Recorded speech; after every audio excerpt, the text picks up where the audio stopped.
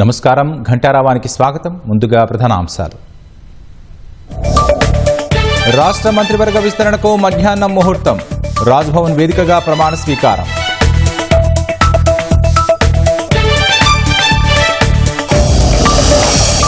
మంత్రివర్గంలో సామాజిక వర్గాలకు సదావకాశం. వాకటి శ్రీహరి, వివేక్, అడ్లూరి లక్ష్మణ్కు స్థానం.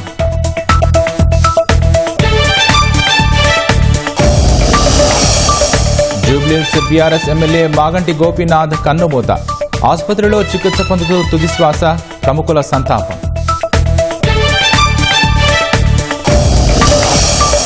ఎలాన్ మస్క్ పై మరోసారి విరుచుకుపడిన అధ్యక్షుడు ట్రంప్. వచ్చే ఎన్నికల్లో డెమోక్రాట్లకు సహకరిస్తే తీవ్ర పరిణామాలుంటాయని హెచ్చరిక.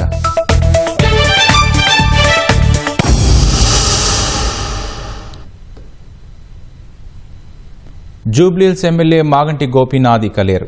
అనారోగ్యంతో ఆసుపత్రిలో చికిత్స పొందుతూ తుదిశ్వాస విడిచారు. జూబ్లీహిల్స్ నియోజకవర్గం నుంచి 3 సార్లు గెలుపొందిన గోపీనాథ్ మరణం బీఆర్ఎస్కు తీరని లోటని ఆ పార్టీ అధ్యక్షుడు కేసీఆర్ ఆవేదన వ్యక్తం చేశారు. సౌమ్యుడైన ప్రజానేతగా పేరు తెచ్చుకున్న గోపీనాథ్ ఎంతో కష్టపడి రాజకీయాల్లో అంచెలంచెలుగా ఎదిగారని గుర్తు చేసుకున్నారు. శోకతప్తులైన మాగంటి కుటుంబం, అభిమానులకు ప్రగాఢ సానుభూతి తెలియజేశారు. మాగంటి మృతి విషయం తెలిసిన వెంటనే బీఆర్ఎస్ కార్యనిర్వాహక అధ్యక్షుడు కేటీఆర్, మాజీ మంత్రి హరీష్ రావు సహా పలువురు పార్టీ ఎమ్మెల్యేలు, ప్రజాప్రతినిధులు ఆసుపత్రికి చేరుకున్నారు. మాగంటి కుటుంబానికి సానుభూతి తెలియజేశారు. మాగంటి మృతి పట్ల కేంద్ర మంత్రి కిషన్ రెడ్డి, రాష్ట్ర మంత్రులు, పీసీసీ అధ్యక్షుడు సహా పలువురు ప్రజాప్రతినిధులు సంతాపం ప్రకటించారు.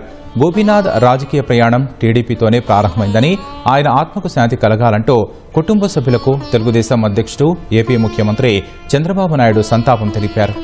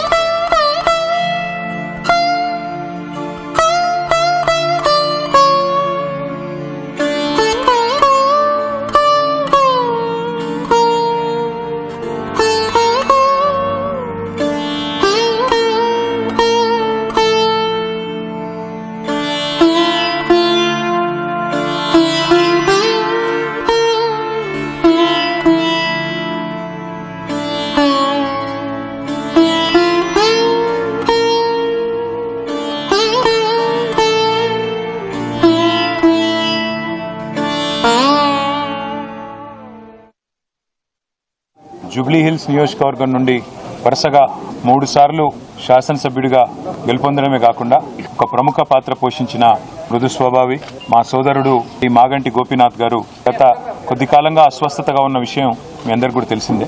ఇవాళ ఉదయం వారు హాస్పిటల్లో ఉండిన విషయం కూడా మాకు ఉదయమే డాక్టర్ల ద్వారా తెలిసింది. నిజంగా ఈ బీఆర్ఎస్ పార్టీకి, అదేవిధంగా హైదరాబాద్ నగరంలో అభివృద్ధిని, అదేవిధంగా హైదరాబాద్ నగరంలో ఇక్కడ ఉన్న అందరితో కలివిడిగా ఉండే ఒక నాయకుడిని కోల్పోవడం అనేది మా అందరికీ కూడా తీవ్రమైన ఆవేదనని, తీవ్రమైన బాధని కలిగిస్తున్న సందర్భం.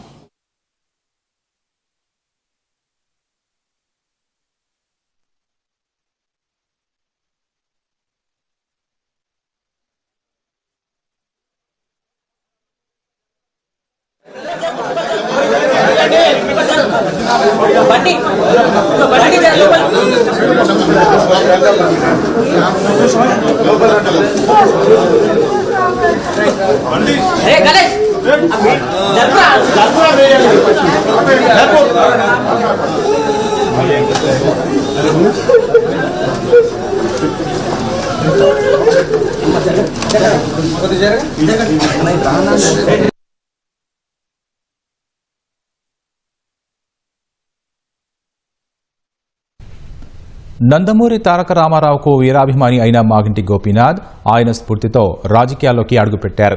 తెలుగుదేశం పార్టీతో రాజకీయ ప్రయాణాన్ని ఆరంభించి ఎన్టీఆర్ ప్రశంసలు అందుకున్నారు. తెలుగు యువత జిల్లా అధ్యక్షుడిగా, టీడీపీ హైదరాబాద్ జిల్లా అధ్యక్షుడిగా వివిధ హోదాల్లో పనిచేశారు. రాష్ట్ర విభజన తర్వాత 2014లో జరిగిన సార్వత్రిక ఎన్నికల్లో జూబ్లీహిల్స్ నియోజకవర్గం నుంచి పోటీ చేసి తొలిసారిగా ఎమ్మెల్యేగా గెలిచిన మాగంటి గోపీనాథ్ ఆ తర్వాత అప్పటి టీఆర్ఎస్లో చేరారు. ఆ పార్టీ నుంచి 2 సార్లు గెలిచి జూబ్లీహిల్స్ నియోజకవర్గానికి హ్యాట్రిక్ ఎమ్మెల్యే అనిపించుకున్నారు.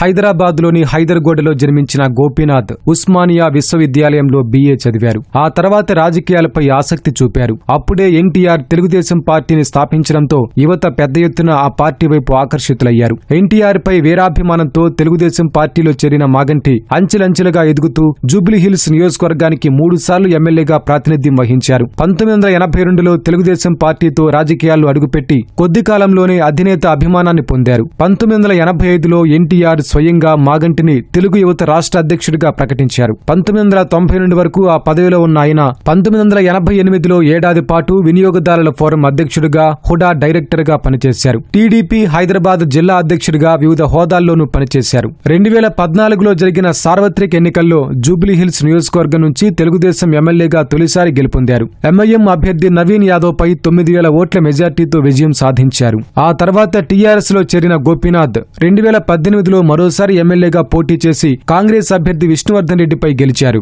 2018లో శాసనసభలో పబ్లిక్ ఎస్టిమేట్స్ కమిటీ PEC సభ్యుడిగాను వ్యవహరించారు. 2022లో టీఆర్ఎస్ పార్టీ హైదరాబాద్ జిల్లా అధ్యక్షుడిగా పనిచేశారు. 2023 ఎన్నికల్లోనూ బీఆర్ఎస్ నుంచి మరోసారి బీఫామ్ అందుకున్న మాగంటి గోపీనాథ్ కాంగ్రెస్ అభ్యర్థి అజారుద్దీన్ పై 16,000 ఓట్ల మెజార్టీతో హ్యాట్రిక్ విజయాన్ని అందుకున్నారు.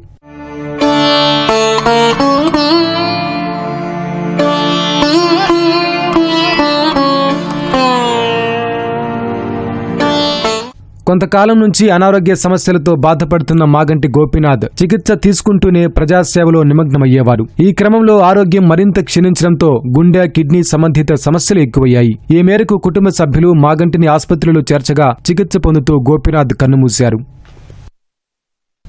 మంత్రివర్గ విస్తరణలో భాగంగా ఎమ్మెల్యేలు వివేక్, అడ్డూరి లక్ష్మణ్, వాకటి శ్రీహరికి పదవులు దక్కాయి. రామచంద్ర నాయక్ డిప్యూటీ స్పీకర్ పదవి చేపట్టనున్నారు. రాజ్భవన్లో మధ్యాహ్నం మంత్రుల ప్రమాణ స్వీకార కార్యక్రమం జరగనుంది. ప్రభుత్వం ఇప్పటికే అన్ని ఏర్పాట్లు పూర్తి చేసింది.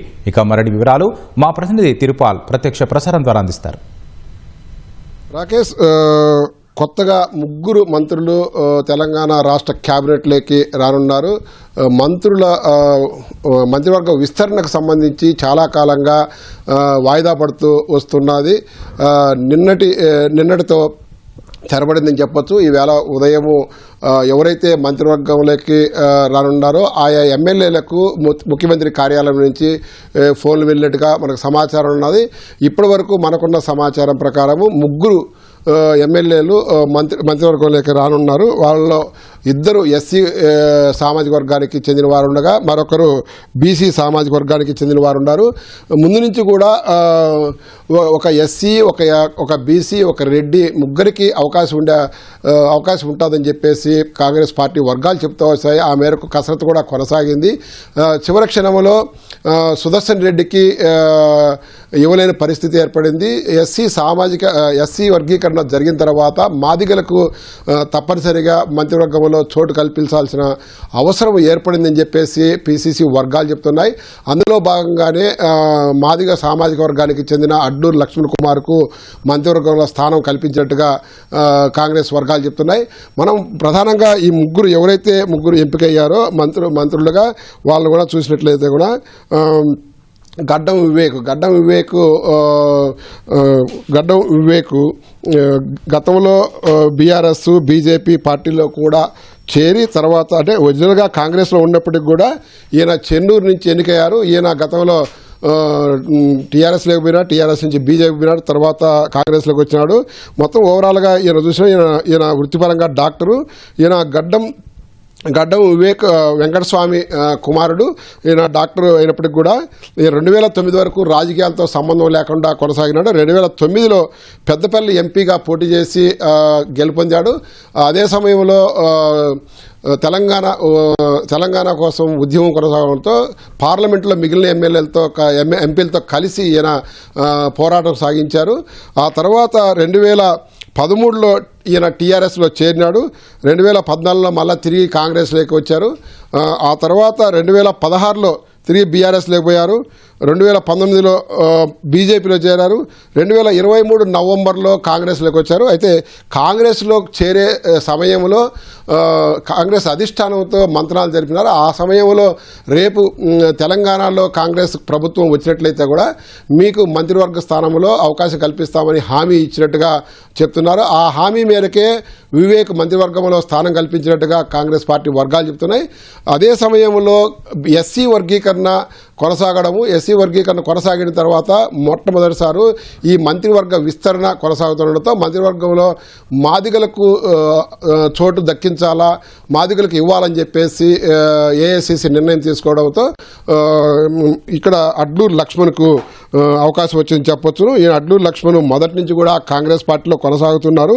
ఈయన 5 సార్లు పోటీ చేసి ఓడిపోయినాడు. అయినప్పటికీ కూడా మొన్న 2023లో జరిగిన ఎన్నికల్లో ధర్మపురి నుంచి పోటీ చేసి మాదిగ సామాజిక వర్గం నుంచి కొప్పుల ఈశ్వర్ మీద గెలుపొందాడు. ఈయన ప్రస్తుతం ప్రభుత్వ విప్పుగా కొనసాగుతున్నారు.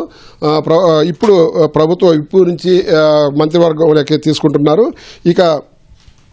ఇక మనకు వాకాటి శ్రీహరిని తీసుకున్నట్లయితే ఉమ్మడి మహబూబ్నగర్ జిల్లాకు చెందిన బీసీ సామాజిక వర్గానికి చెందిన వ్యక్తి. ఈయనకు ముఖ్యమంత్రి రేవంత్ రెడ్డినే స్వయంగా కూడా ఈయనకు మంత్రి పదవి ఇస్తున్నట్టుగా ప్రకటన చేశారు. ఆ ప్రకటన మేరకే బీసీలకు ఈయనకు మొట్టమొదటి ప్రయారిటీ ఉంటుందన్నారు. ఇప్పుడు బీసీలకు ఒక్కరికే వచ్చింది కాబట్టి కంపల్సరిగా వాకాటి శ్రీహరికి అవకాశం కల్పించినట్టుగా కాంగ్రెస్ వర్గాలు చెప్తున్నాయి. ఈయన ఎన్ఎస్సీఐ అధ్యక్షుడిగా రాజకీయ ప్రస్థానము మొదలుపెట్టి అంచెలంచెలుగా ఎదుగుతా వచ్చినాడు. 1993లో మక్తలు మండల ప్రెసిడెంట్గా ఎన్ఎస్సీఐలో ఉన్నాడు. ఆ తర్వాత యూత్ కాంగ్రెస్ తర్వాత అక్కడ జిల్లాకు సంబంధించిన ఉపాధ్యక్షుడిగా పనిచేసినాడు. 2010-14 మధ్యలో జిల్లా పరిషత్ జెడ్పీటీసీ ఎలక్షన్లలో జెడ్పీటీసీగా గెలుపొంది ఫ్లోర్ లీడర్గా కొనసాగినాడు. 2018 వరకు కూడా ఆయన ఫ్లోర్ లీడర్గా కొనసాగినాడు.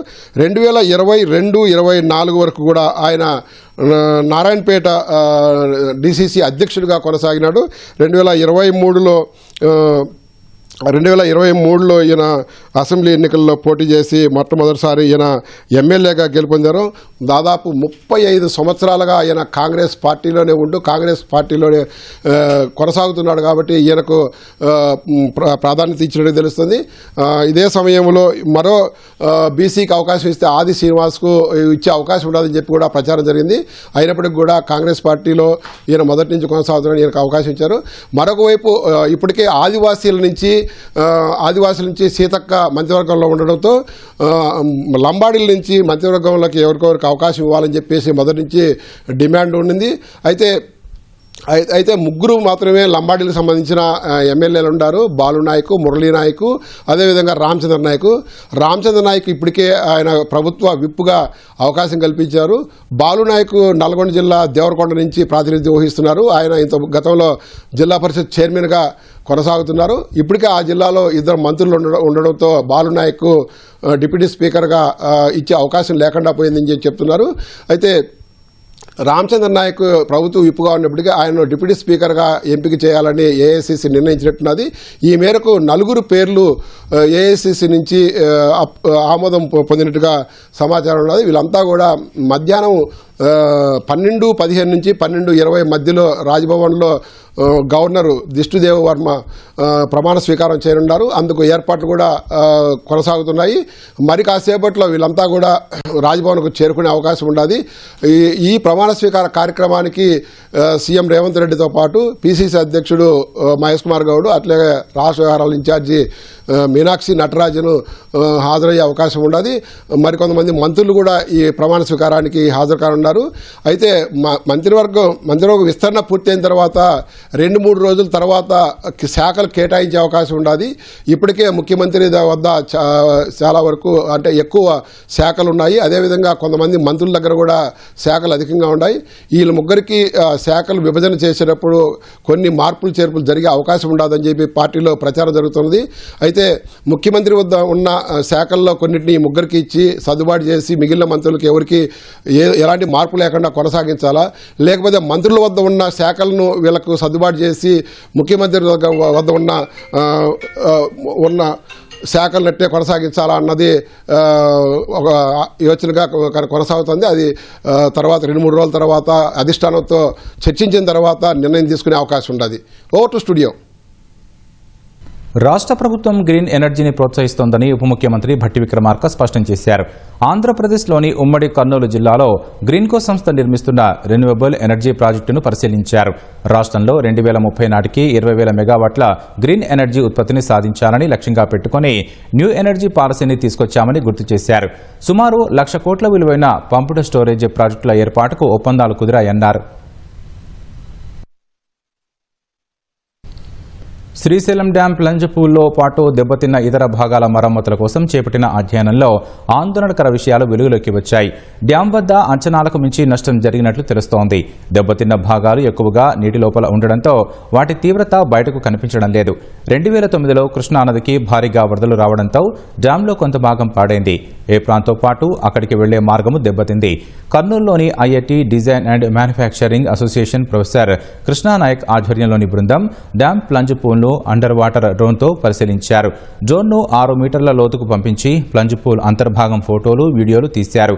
పూల్ గొయ్యి అంచులన్నీ బాగా దెబ్బతినడంతో పాటు పగుళ్లు వచ్చినట్లు గుర్తించారు. సిలిండర్లు ధ్వంసమైనట్లు తేలింది. ఈ ఫోటోలు, వీడియోలను కృష్ణానాయక బృందం జలవనరుల శాఖ సిఈ కబీర్ భాషాకు సమర్పించింది. 2వ దశలో ప్లంజ్ పూల్ను 40 మీటర్ల లోతు వరకు అధ్యయనం చేయనుంది. కేంద్రంలో మోదీ ప్రభుత్వం రోడ్ల నిర్మాణం, మౌలిక సదుపాయాలకు అత్యధిక ప్రాధాన్యతనిస్తోందని కేంద్ర హోంశాఖ సహాయ మంత్రి బండి సంజయ్ తెలిపారు. జాతీయ ఉపాధి హామీ పథకం కింద 31,12,00,000 రూపాయలతో కరీంనగర్ పార్లమెంటు నియోజకవర్గంలో అంతర్గత రోడ్ల నిర్మాణం జరుగుతోందన్నారు. కరీంనగర్ నియోజకవర్గం కొత్తపల్లి మండలంలోని ఖాజీపూర్లో జాతీయ ఉపాధి హామీ పథకం కింద 14 లక్షల రూపాయలతో చేపట్టిన రోడ్డును బండి సంజయ్ ప్రారంభించారు. అనంతరం ఆసిఫ్ నగర్లో 9,50,000 రూపాయల ఎంపీ లాట్స్ నిధులతో నిర్మించనున్న మార్కెట్ షెడ్ నిర్మాణానికి శంకుస్థాపన చేశారు. కాంగ్రెస్ అగ్రనేత సోనియా గాంధీ అస్వస్థతకు గురయ్యారు. అధిక రక్తపోటు సమస్యతో సిమ్లాలోని ఇందిరాగాంధీ ఆసుపత్రిలో చేరారు. 78 ఏళ్ల సోనియా తన కుమార్తె ప్రియాంక గాంధీతో కలిసి వ్యక్తిగత పర్యటనకు వెళ్లారు. సిమ్లా శివారులోని చెరబ్రాలోని ప్రియాంక ఇంట్లో ఉన్న సమయంలో ఆమెకు రక్తపోటు తీవ్రమైంది. వెంటనే సోనియా ఐజీఎంసీ ఆసుపత్రికి వెళ్లి వైద్యులు సూచించిన పరీక్షలు చేయించుకున్నారు. రక్తపోటు సాధారణ స్థితికి వచ్చిన తర్వాత సోనియా తిరిగి వెళ్లిపోయారని ఆసుపత్రి వైద్యులు తెలిపారు. రావణ కాష్టంలా రగులుతున్న మణిపూర్లో నిరసనలను అణచివేసేందుకు ప్రభుత్వం మరోసారి ఇంటర్నెట్పై నిషేధం విధించింది. మైతై నేత అరంబాయ్ టెంగోల్ అరెస్టు తర్వాత భారీ ఆందోళనలు చెలరేగడంతో 5 జిల్లాల్లో 5 రోజుల పాటు వీశాట్, వీపీఎన్ సహా ఇంటర్నెట్, మొబైల్ డేటా సేవలను నిలిపివేయాలని ఆదేశించింది. ఇంపాల్ వెస్ట్, ఇంపాల్ ఈస్ట్, తౌబాల్, బిష్ణుపూర్, కాంగ్చింగ్ జిల్లాల్లో అరాచక శక్తులు సోషల్ మీడియాను ఉపయోగించి ప్రజలను రెచ్చగొట్టే చిత్రాలు, విద్వేష ప్రసంగాలు, వీడియో సందేశాలను ప్రసారం చేసే అవకాశం ఉందని పోలీసులు గుర్తించారు. వెంటనే అప్రమత్తమైన ప్రభుత్వం ముందు జాగ్రత్త చర్యగా అంతర్జాలంపై నిషేధం విధించింది.